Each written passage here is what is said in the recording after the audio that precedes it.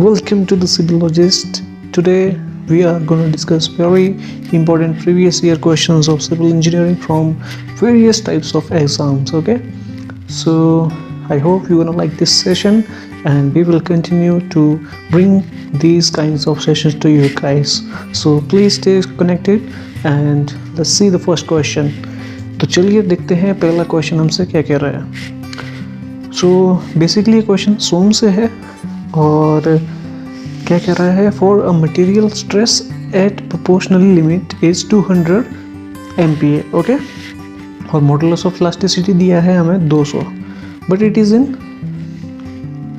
GPa. Okay, so units important है. पूछा क्या है हमसे? Modulus of resilience. ठीक है, चलिए इसका सॉल्यूशन इसको सॉल्व करते हैं, देखते हैं कैसे सॉल्व होगा. ओके, सो हमें पता है जो मॉडुलस ऑफ रेजिलियंस का जो फॉर्मूला है जिसको हम नोट करते हैं म्यू आर से, कितना होता है? क्या होता है? हाफ कितना आपका वाई डायरेक्शन में स्ट्रेस है और कितना स्ट्रेन है. राइट, एम आई राइट ना? यही फॉर्मूला है. ठीक है, अब हमें पूछा है मॉडुलस ऑफ रेजिलियंस. ठीक है, तो if I can also write it as like this, right? तो इसमें जब हम वैल्यूज भरेंगे तो क्या हमारा आंसर आता है यहाँ से. अब देखिए क्वेश्चन में हमें कितना वैल्यू दिया है, ये भी इम्पोर्टेंट है. देखिए क्वेश्चन में कितना है? 200 MPa और ये GPa में है. ठीक है, ये किस में है? GPa में. इसको याद रखना है यहाँ से. ठीक है, अब देखिए यूनिट्स से कैसे हम इसको सॉल्व करते हैं. देखिए कितना था वो? 200. ठीक, 200 square upon 2 into modulus of elasticity था 200 इन GPa का पास्कल्स में था. ओके, तो 200 into 10 raise to power 5. Remember it. Okay, तो जब हम इसको सॉल्व करेंगे तो यहाँ से आंसर हमारा 0.1 MPa आ जाएगा. सो बेसिकली जो हमारा आंसर यहाँ से सॉल्व करने के बाद आता है वो 0.1 MPa. ओके, सो कोई कन्फ्यूज़न नहीं होनी चाहिए, बिल्कुल बेसिक सा क्वेश्चन है. फर्स्ट ही चैप्टर से है सोम के, जहाँ पे हम मटेरियल की प्रॉपर्टीज़ के बारे में पढ़ते हैं. ठीक है, और एक क्वेश्चन मैं आपसे और पूछना चाहूँगा यहाँ पे. ठीक है, थोड़ा सा कॉन्सेप्ट डिस्कस करते हैं. ठीक है, जो हमारा मटेरियल है, अगर मान के चलिए मॉडुलस ऑफ इलास्टिसिटी और सेक्शन मॉडुलस, ये चीज़ दो चीज़ें हैं. ठीक है, अगर हमें बताना है कि कौन सा जो हमारा मटेरियल है वो बेस्ट है, या कौन सा सेक्शन हमारे लिए बेस्ट है यूज़ करने के लिए, तो हम कैसे बताएंगे?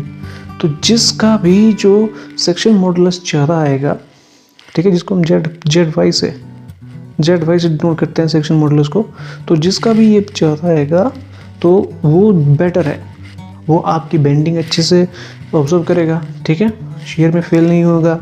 ठीक है, so these are very important points you have to remember. Okay, so let's come to the next question. चलो नेक्स्ट क्वेश्चन पे देखते हैं. नेक्स्ट क्वेश्चन हमसे क्या कह रहा है? ठीक है, नेक्स्ट क्वेश्चन हमसे कह रहा है कि if all the dimension of prismatic bar of a square cross section suspended freely from the ceiling of the roof are double. अब हमने डबल कर दिया सब कुछ वहाँ से. ठीक है, तो ओम वेट की वजह से कितना इलोंगेशन होगा. ठीक है, ये चीज़ हमें यहाँ से सॉल्व करनी है. ठीक है, देखिए इसमें एक चीज़ आपको याद रखनी है. ठीक है, अगर स्क्वायर क्रॉस सेक्शन की बात करते हैं हम, तो अगर इलोंगेशन को डबल कर दिया हमने, ठीक है, तो जो हमारा सेल्फ वेट की वजह से कितना इलोंगेशन होगा अगर हमने सब कुछ डबल कर दिया उसके डायमेंशंस, तो जो लेंथ है वो 2 टाइम्स इंक्रीज होगी. ठीक है, area 4 times and volume 8 times और वेट भी 8 टाइम्स. ठीक है, तो यही वैल्यूज हम पुट करेंगे इसी फॉर्मूला में. इलोंगेशन का फॉर्मूला क्या होता है? WL/2AE. राइट, तो यहाँ से पुट करने के बाद कितना आ जाएगा हमारा आंसर? इसको सॉल्व करने के बाद 4 टाइम्स. ठीक है, बेसिक है, कुछ भी ज़्यादा नहीं है इसमें समझाने के लिए. तो यहाँ से हमारा जो आंसर है वो कितना? 4 times. B is the right answer for this question. ठीक है, चलो नेक्स्ट क्वेश्चन पे आते हैं। नेक्स्ट क्वेश्चन हमसे क्या कह रहा है? नेक्स्ट क्वेश्चन हमसे पूछा है कि कौन सी स्टेटमेंट इनमें से करेक्ट है। अब ये भी इंपॉर्टेंट बनता है क्वेश्चन एग्जाम में। क्वेश्चन में चलो मैं आपको थोड़ा सा कॉन्सेप्ट बता देता हूँ इसका। देखिए, जब भी हम शियर फोर्स की डिफरेंशिएशन करते हैं, ठीक है, if we write it like as dv upon dx, ठीक है, तो ये हमेशा लोड के इंटेंसिटी के बारे में बताता है, ठीक है। The first element of shear force is how much intensity of load is acting, okay. अगर हम इसी को अगर मैं इसी को यहाँ पे मैं बेंडिंग मोमेंट को कर रहा हूँ डेरिवेट, तो मुझे क्या मिलेगा? कितना शियर फोर्स एक्ट कर रहा है, ठीक है। So the first derivative of bending moment is shear force, okay. तो कॉन्सेप्ट समझ आया होगा आपको, ठीक है। तो चलिए अब क्वेश्चन पे देखते हैं। क्वेश्चन में क्या पूछा है हमसे कि करेक्ट कौन सा है। इसमें से करेक्ट स्टेटमेंट पूछा है हमसे, shear force is the first derivative of bending moment. तो पहला ही सही है, ठीक है। ये उल्टा है, सेकंड स्टेटमेंट तो ये गलत है, ये भी गलत है, मैंने बताया आपको शियर फोर्स का है, ये भी उल्टा है। तो first statement is correct, so answer will be A, ठीक है। चलो नेक्स्ट क्वेश्चन पे आते हैं। ये शियर फोर्स और बेंडिंग मोमेंट का क्वेश्चन है। बहुत सिंपल सा क्वेश्चन है, इसमें छोटा सा फॉर्मूला यूज करेंगे हम, ठीक है। क्वेश्चन क्या है? A single rolling load of 8 ton rolls along a girder of 15 metre span. कितना स्पैन है? 15 मीटर का, और लोड की इंटेंसिटी कितनी है? 8 टन। तो मैक्सिमम बेंडिंग मोमेंट पूछा है हमसे, ठीक है। तो मैक्सिमम बेंडिंग मोमेंट का फॉर्मूला WL/4, राइट। कितना है लोड? 8 टन, लेंथ 15, आंसर भी किस में है? टन पर मीटर में, ठीक है। तो हमें कोई चेंज करने की ज़रूरत नहीं है यूनिट्स को। तो उसको सॉल्व करने के बाद जो हमारा आंसर आएगा वो कितना? 30 टन्स पर मीटर। तो C is the right answer for this question, okay. चलो नेक्स्ट क्वेश्चन पे आते हैं। नेक्स्ट क्वेश्चन हमसे क्या कह रहा है? नेक्स्ट क्वेश्चन में हमसे पूछा है कि shear force diagram for carrying a UDL over its length is, ठीक है। तो यहाँ पे कंफ्यूजन हो सकती है। आप UDL देख के जल्दी पैराबोला करके आ जाओगे, लेकिन यहाँ पे बेंडिंग मोमेंट नहीं, शियर फोर्स पूछा है। तो शियर फोर्स के लिए ट्राइंगल, अगर बेंडिंग मोमेंट पूछते तो पैराबोला, ठीक है। शियर फोर्स के लिए ट्राइंगल अगर UDL है तो, ठीक है। अगर पॉइंट लोड होगा तो जो आपकी शियर फोर्स डायग्राम होगी वो रेक्टेंगुलर होगी, और जो आपकी बेंडिंग मोमेंट होगी वो ट्राइंगुलर होगी, ठीक है। जब हम UDL लगाएंगे तो उल्टा हो जाएगा इसमें, ठीक है। ये ऐसे और ये पैराबोला, ठीक है। ये हो गया UDL में, ठीक है। और जब हम वेयरिंग लोड लगाते हैं तो जो हमारा शियर फोर्स डायग्राम होती है वो क्या होती है? पैराबोला, और जो बेंडिंग मोमेंट होती है वो क्यूबिक पैराबोला, ठीक है। ये कुछ इंटेंसिटीज़ हैं, आपको याद रखनी है, ठीक है। स्टैंडर्ड क्वेश्चन बनता है यहाँ से, ओके। चलो नेक्स्ट क्वेश्चन पे आते हैं। नेक्स्ट क्वेश्चन हमसे क्या कह रहा है? In a loaded beam the point of contraflexure. अब ये पॉइंट ऑफ कॉन्ट्राफ्लेक्सर क्या होता है, ये सब आपको मैं अच्छे से समझाऊंगा। छोटी छोटी वीडियोस लेके आएंगे हम कॉन्सेप्ट की, जिसमें हम कॉन्सेप्ट ही डिस्कस करेंगे, ओके। तो बेसिकली इतना याद रखिए कि जहाँ पे बेंडिंग मोमेंट साइन चेंज करती है वहाँ पे point of contraflexure means like this. Overhang beam में ये केस देखने को मिलता है बेसिकली कुछ इस तरह से, ठीक है। तो यहाँ पे बेंडिंग मोमेंट ने साइन चेंज किया ए और बी पे, तो these are points of contraflexure, okay. So remember this. चलो नेक्स्ट क्वेश्चन भी सोम से ही है। नेक्स्ट क्वेश्चन क्या कह रहे हैं हमें? The ratio of the moment of inertia of a circular plate and the square plate of equal depth is। ये SPSS का प्रीवियस ईयर क्वेश्चन है, ठीक है। तो चलिए इसको सॉल्व करते हैं। तो देखिए इस क्वेश्चन में कैसे हम सॉल्व कर सकते हैं। देखिए जो हमारा moment of inertia circular plate का कितना होता है? पाई 64 okay, into D power 4। Okay, this is for circular. और हमारा स्क्वायर के लिए कितना होता है, डी पावर 4 अपॉन 12। तो इसकी रेशियो जब हम निकालेंगे, रेशियो निकालेंगे तो कितना आ जाएगा, रेशियो निकालेंगे तो π/64, right, D4 into 12 upon D4। तो इसको सॉल्व करने के बाद जो हमारा आंसर बनेगा हम यहाँ से, वो बनेगा 3π/16। तो दिस इज योर आंसर। ठीक है, कोई कन्फ्यूज़न नहीं होनी चाहिए, आपको सिर्फ फॉर्मूला पता होना चाहिए था। ये सर्कुलर के लिए है, ये स्क्वायर के लिए है। इसकी रेशियो जब हम निकालेंगे तो सॉल्व करने के बाद आंसर आ जाएगा। So this is 3π not 7। So 3π/16 is the right answer. So D is the right answer. Okay,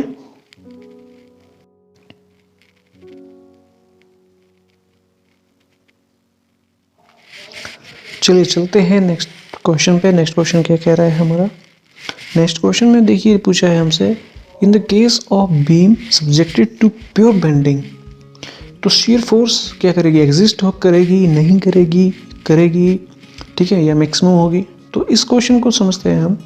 तो जो प्योर बेंडिंग का केस है, एग्जांपल ये कोई बीम है मेरा, ठीक है, यहाँ पे कोई हमारा एक कपल लग रहा है, ठीक है, राइट। तो यहाँ से जो हमारी शियर फोर्स की जो डायग्राम होगी वो कैसे बनेगी, बिल्कुल स्ट्रेट लाइन, कोई भी लोड वहाँ पे, सॉरी, जब इसकी जो बेंडिंग मोमेंट डायग्राम होगी वो कुछ इस तरह से बनेगी, बिल्कुल प्योर बेंडिंग का केस होगा। तो शियर फोर्स यहाँ पे एग्जिस्ट बिल्कुल नहीं करेगी, ठीक है, तो विल नॉट एग्जिस्ट। जब प्योर बेंडिंग का केस होगा तो shear force will not exist. Okay, next question क्या कह रहा है हमसे, नेक्स्ट क्वेश्चन में देखिए, simply supported steel beam of length 8 metre, इसकी विड्थ है 120 mm, हाइट है 750 mm, और लोड की जो इंटेंसिटी है, यूनिफॉर्मली लोड है 100 kN/मीटर, ठीक है, होल लेंथ पे लगा है ये। तो मैक्सिमम बेंडिंग मोमेंट कितनी होगी इसके लिए, ठीक है, सिंपल सा क्वेश्चन है, कुछ ज़्यादा इसमें नहीं है। तो आपको इसकी विड्थ से कुछ लेना देना नहीं है, हाइट से कुछ लेना देना नहीं है, आपको क्या चाहिए, लेंथ।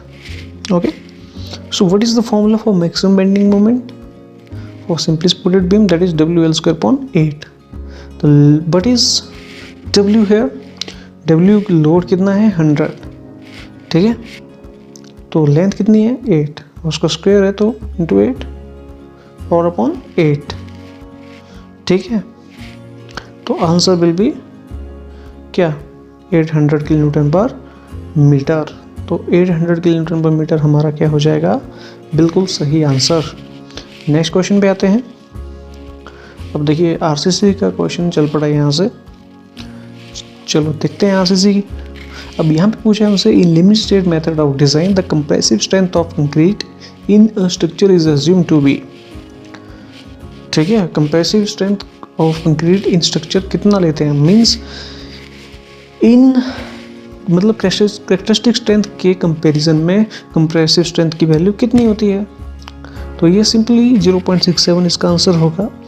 अगर पूछा है हमसे सिंपल वे में कि कैरेक्टरिस्टिक स्ट्रेंथ का कितना हम लेते हैं, कितना टाइम्स लेते हैं, लेकिन यहीं पे अगर आपसे एक क्वेश्चन और पूछा जाए कि जो डिज़ाइन पर्पस के लिए, फॉर डिज़ाइन पर्पस कितना लेते हैं, ठीक है, तो बेसिकली तो हमने बता दिया कि 0.67, ठीक है, लेकिन यहाँ पे फैक्टर ऑफ सेफ्टी से इसको डिवाइड करते हैं हम, तो डिज़ाइन पर्पस के लिए 0.445 as compare to FCK means it's characteristic strength. अब कैरेक्टरिस्टिक स्ट्रेंथ क्या होती है, मीन्स आपकी जो, अगर मान लीजिए आपने 100 सैंपल तैयार किए हैं तो आपके 95 सैंपल्स पास होने चाहिए। सो दिस इज जो 95 पे आपकी जो स्ट्रेंथ आती है उसको हम कैरेक्टरिस्टिक स्ट्रेंथ कहते हैं, ठीक है। सो दिस इज द कॉन्सेप्ट।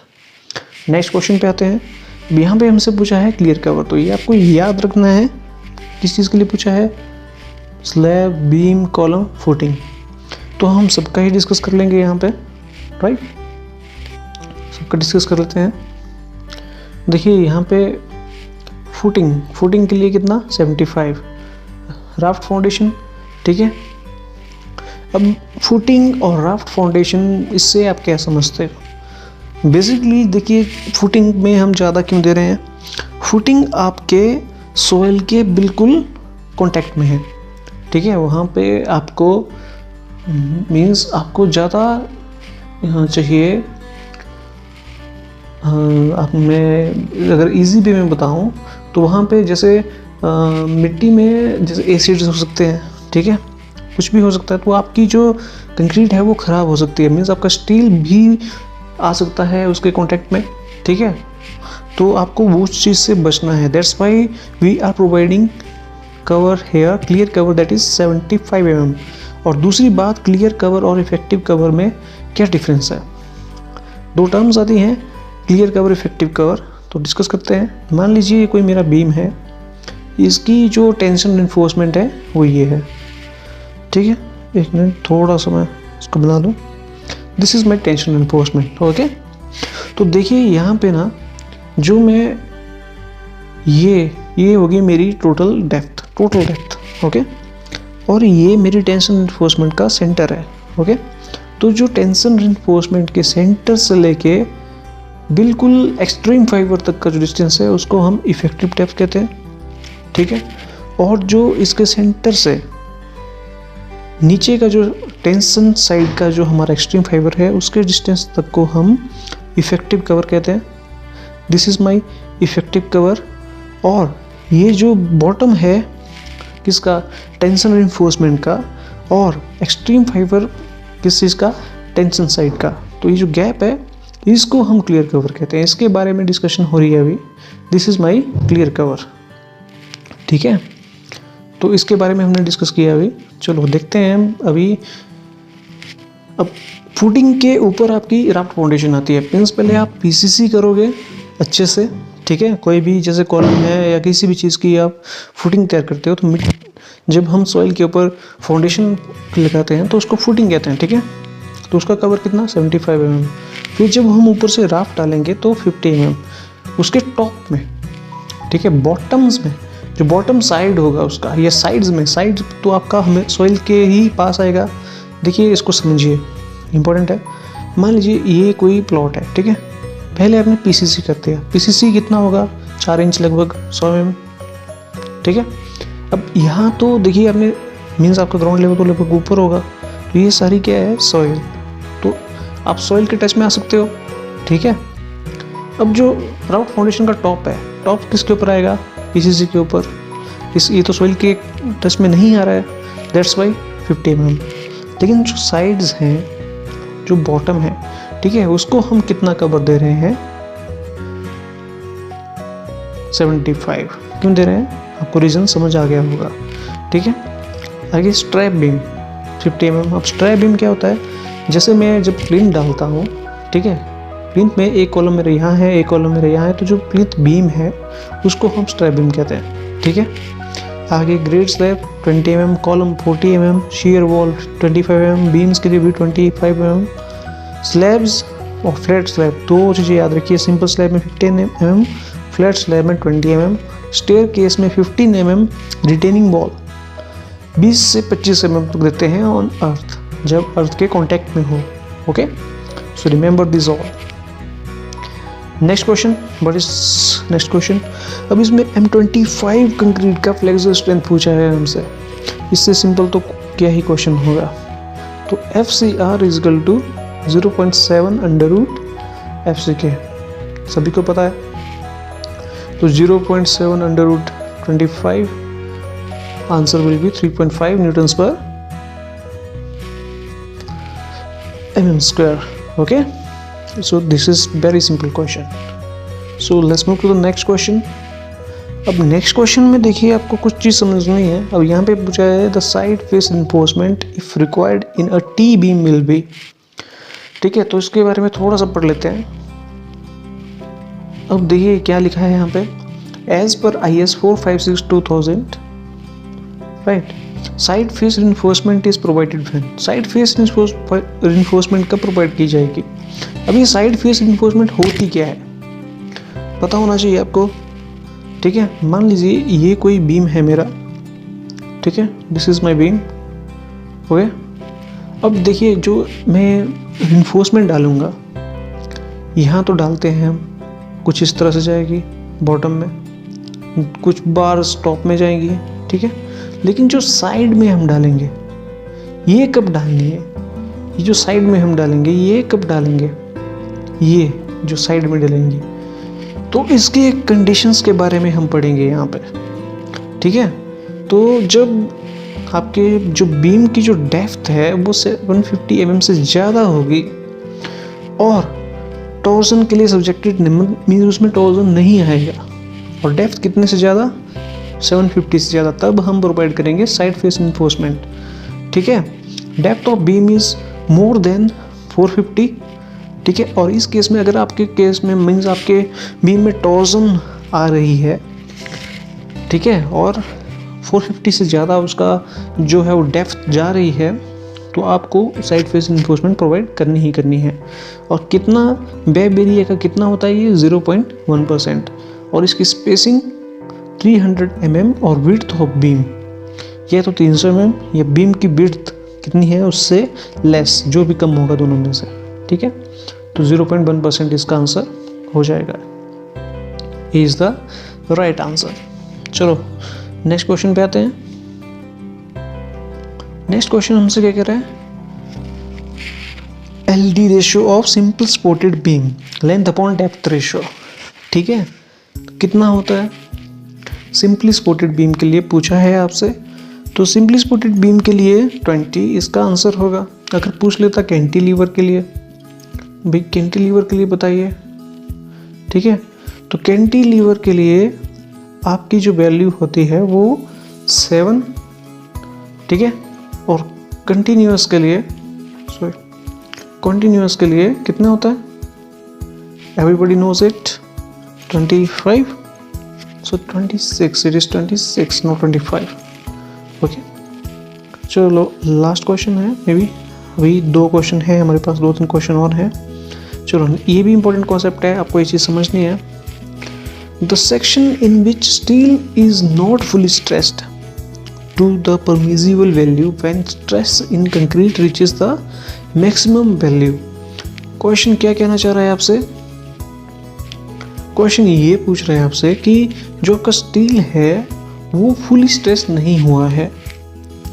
अब स्टील कहाँ पे है, मीन्स ये कोई मेरा बीम है, ठीक है, इस साइड हमारा कंप्रेशन, इस साइड हमारा टेंशन, ठीक है। तो टेंशन में हमेशा स्टील डलता है, सभी को पता है। तो जो स्टील है, ठीक है, जो स्टील है वो अपनी एक्सट्रीम लिमिट पे नहीं पहुंचा है, ठीक है, वो लगभग यहाँ पे है अभी, ठीक है। लेकिन जो कंक्रीट है वो अपनी एक्सट्रीम लेवल तक पहुंच गया है, कुछ इस तरह से बन रहा है, ठीक है। जो न्यूट्रल एक्सिस है हमारी, ठीक है, वो शिफ्ट हो रही है, ओके। तो ये कौन सा बीम कहलाएंगे हम इसको, ठीक है। अब ये कौन सा बीम हो सकता है, अब देखिए जो स्टील है वो अपनी लिमिट तक नहीं पहुंचा है, लेकिन कंक्रीट पहुंच चुका है। तो इसका मतलब हुआ कि आपने जो स्टील डाला है वो लिमिट से ज़्यादा डाल दिया है, तभी तो वो अपनी लिमिट तक नहीं पहुंच पा रहा है, ठीक है। तो उसको कहेंगे हम ओवर रिइंफोर्स्ड सेक्शन, ठीक है। बेसिकली जो हम डिज़ाइन करते हैं वो अंडर रिइंफोर्स्ड सेक्शन के लिए करते हैं। क्यों करते हैं, ताकि हम सेफर साइड में रहें। मीन्स अगर इन फ्यूचर हमारा स्ट्रक्चर कोई फेल होगा तो इसका जो स्टील है अगर हम अंडर रिइंफोर्स्ड रखेंगे उसको, तो वो बेंडिंग शो करेगा, ठीक है, थोड़ी बहुत बेंडिंग शो करेगा फेल होने से पहले, ठीक है। This is for the safety criteria, okay. That's why we design with LSM not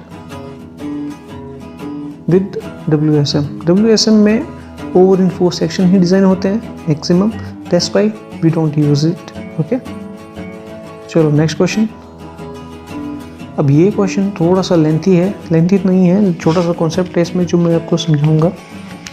अब क्वेश्चन में पूछा है आपसे A slab is reinforced with 8 mm dia bars and development length कितना है इसका 548 mm।